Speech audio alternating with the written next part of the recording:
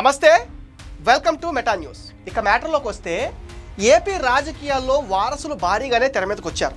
ఉమ్మడి చిత్తూరు జిల్లా పాలిటిక్స్లో నారా చంద్రబాబు నాయుడు 4 దశాబ్దాల రాజకీయాల్లో ఉన్నారు. 4వ సీఎంగా ఆయన కొనసాగుతున్నారు. జిల్లాలో మరో మాజీ ముఖ్యమంత్రి కూడా తన వారసత్వాన్ని కొనసాగిస్తున్నారు. జిల్లాలో ఆ కుటుంబానికి ఒక ప్రత్యేకత స్థానం ఉంది.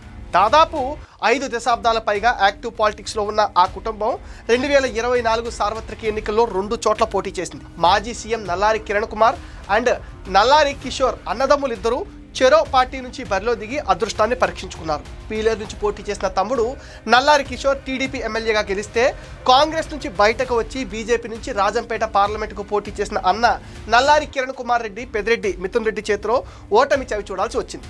పీలేరు అసెంబ్లీకి వరుసగా 3 సార్లు పోటీ చేసిన కిషోర్కు ఓటర్లు పట్టం కట్టగా, రాజంపేట పార్లమెంట్ నుంచి తొలిసారి లోక్సభకు పోటీ చేసిన అన్న నల్లారి కిరణ్కు మాత్రం ఓటమి తప్పలేదు. అయితే నల్లారి ఫ్యామిలీకి ఉన్న ఇమేజ్కు తగ్గట్టుగానే ఇప్పుడు 3వ తరం వారసుడు తెర మీదకి రావడం ఖాయంగా కనిపిస్తుంది.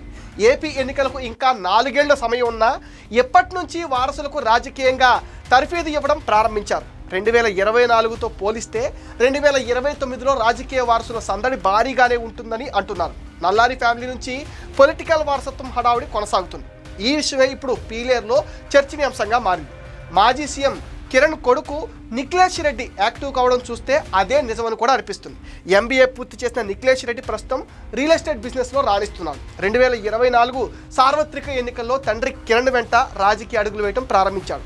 రాజంపేట ఎంపీగా పోటీ చేసిన తండ్రి కిరణ్ ఎన్నికల ప్రచారంలో కీలకంగా వ్యవహరించడంతో కొడుకు సత్తా తండ్రికి అర్థమైంది. సొంత ఊరికే కాకుండా కిరణ్ ఎక్కడికి వెళ్ళినా తండ్రి వెంట నడుస్తున్నారు. దీంతో నల్లారి కిరణ్ కుమార్ రెడ్డి కొడుకు నిఖిలేష్ రెడ్డి పొలిటికల్ ఎంట్రీకి అంతా సిద్ధం చేశారన్న చర్చ కూడా ఇప్పుడు సాగుతుంది. కిరణ్ కుమార్ రెడ్డి చుట్టూ ఎలాంటి వివాదాలు అయితే లేవు. ముక్కుసూటిగా చెప్పే తత్వం అండ్ కీలక సందర్భాల్లో కఠిన నిర్ణయాలు తీసుకునేందుకు సైతం వెనకంజ వేయని మనస్తత్వమే ఆయనను ఈ స్థాయికి చేసిందని చెప్పొచ్చు. కిరణ్ కుమార్ రెడ్డి పార్టీ మార్పు కూడా అనూహ్యంగా జరిగింది. ఉమ్మడి ఆంధ్రప్రదేశ్ చివరి సీఎంగా పనిచేసిన నల్లారి కిరణ్ కుమార్ రెడ్డి 2023 ఏప్రిల్ 7న కేంద్ర మంత్రి ప్రహ్లాద్ జోషి, బీజేపీ జాతీయ ప్రధాన కార్యదర్శి అరుణ్ సింగ్, ఓబీసీ మోర్చా అధ్యక్షుడు లక్ష్మణ్ సమక్షంలో భారతీయ జనతా పార్టీలో చేరారు.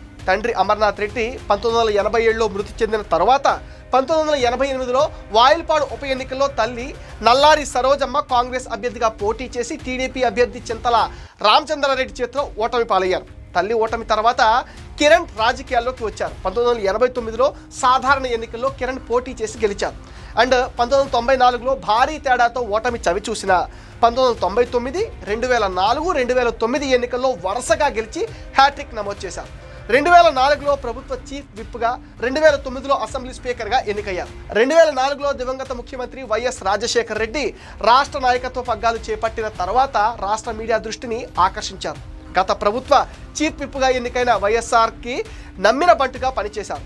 రాజకీయంగా నేదురుమల్లి జనార్దన్ రెడ్డి, కోట్ల విజయభాస్కర్ రెడ్డిలతో సన్నిహితంగా ఉండేవారు నల్లారి కిరణ్ కుమార్ రెడ్డి. 2010 సెప్టెంబర్ 25 నుంచి 2014 ఫిబ్రవరి 19 వరకు ఏపీ సీఎంగా పనిచేశారు కిరణ్ కుమార్ రెడ్డి.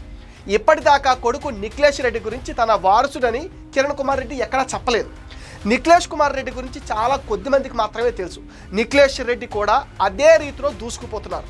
కలుపుగోలుగా క్యాడర్తో నడుచుకుంటూ నిఖిలేష్ రెడ్డి నల్లారి ఫ్యామిలీలో 3వ తరం రాజకీయాల్లోకి వచ్చిందన్న విషయాన్ని స్పష్టంగా చెప్తున్నారు. Nikhilesh Reddy political entry confirm అయితే ఆయన పోటీ చేసే స్థానం ఏదన్న దానిపైన ఇప్పుడు చర్చ ప్రారంభమైంది. ఇప్పటికే పీలేరు ఎమ్మెల్యేగా బాబాయ్ నల్లారి కిషోర్ కుమార్ రెడ్డి వ్యవహరిస్తుండగా, నిఖిలేష్ రెడ్డి పొలిటికల్ ఎంట్రీ పైన క్యాడర్లో ఆసక్తికర చర్చ నడుస్తుంది. నిఖిలేష్ రెడ్డి ప్రత్యక్ష రాజకీయాల్లోకి వస్తే పోటీ ఎక్కడి నుంచి చేయాలన్న దానిపైన చర్చ సాగుతుంది. 2029 ఎన్నికలే నిఖిలేష్ రెడ్డి టార్గెట్ అయితే పోటీ చేసే నియోజకవర్గం ఏదనే దానిపైన క్యాడర్లో ఉత్కంఠ నెలకొంది. బాబాయ్ ఎమ్మెల్యేగా ఉన్న పీలేరు నుంచి బరిలో ఉంటారా, లేదంటే తండ్రి పోటీ చేసి ఓడిపోయిన రాజంపేట పార్లమెంట్ నుంచి పోటీ చేస్తారా అన్న విషయంపై ఆసక్తికరంగా చర్చించుకుంటున్నారు. అంతేకాదు, నియోజకవర్గాల పునర్విభజన జరిగితే కొత్తగా ఏర్పడబోయే నియోజకవర్గానికి వెళతారని నల్లారి ఫ్యామిలీకి సన్నిహితంగా ఉండే వర్గాలు అయితే చెప్తున్నాయి.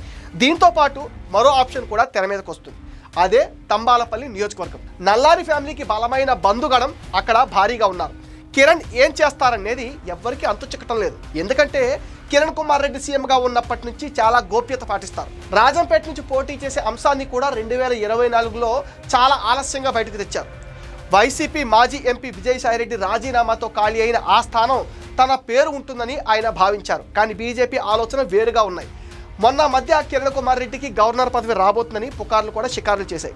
ఒకవేళ కిరణ్ కుమార్ రెడ్డికి రాజ్యాంగబద్ధమైన పదవి వచ్చినా రాకున్నా తన కొడుకు ఎంట్రీ కోసం ఆయన గట్టిగానే ప్రయత్నాలు చేస్తున్నారు. ఇది మెటా న్యూస్ అప్డేట్. ఈ వీడియో పైన మీ విలువైన ఒపీనియన్ని కామెంట్ సెక్షన్లో పోస్ట్ చేయండి. మీరు ఇచ్చే కామెంట్స్తో తెలుసుగా మరిన్ని ఇంట్రెస్టింగ్ వీడియోస్ మీకు అందిస్తాం. అండ్ మీరేం చేయాలి మీకు తెలుసు కదా, ఈ వీడియోని లైక్ చేయండి, షేర్ చేయండి, మెటా న్యూస్ని సపోర్ట్ చేయండి, సబ్స్క్రైబ్ చేయండి.